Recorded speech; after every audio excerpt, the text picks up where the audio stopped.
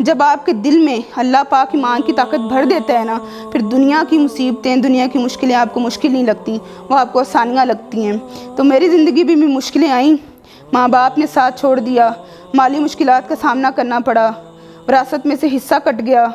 گھر سے بے گھر ہونا پڑا، ہجرت کرنا پڑی، لیکن اللہ پاک کا فضل و کرم ہے، اس کی برکتیں اور رحمتیں ہیں کہ آج میرا گھر بھی ہے، شوہر ہے، بچے ہیں، الحمدللہ میں ایک پرسکون زندگی گزار رہی ہوں۔ اور باقی مسلمانوں کو بھی میں یہ مشورہ دوں گی کہ دیکھیں حضرت بلال حبشی تھے، کتنی مصیبتیں انہوں نے سہی، صحابہ نے کتنی غربت سہی،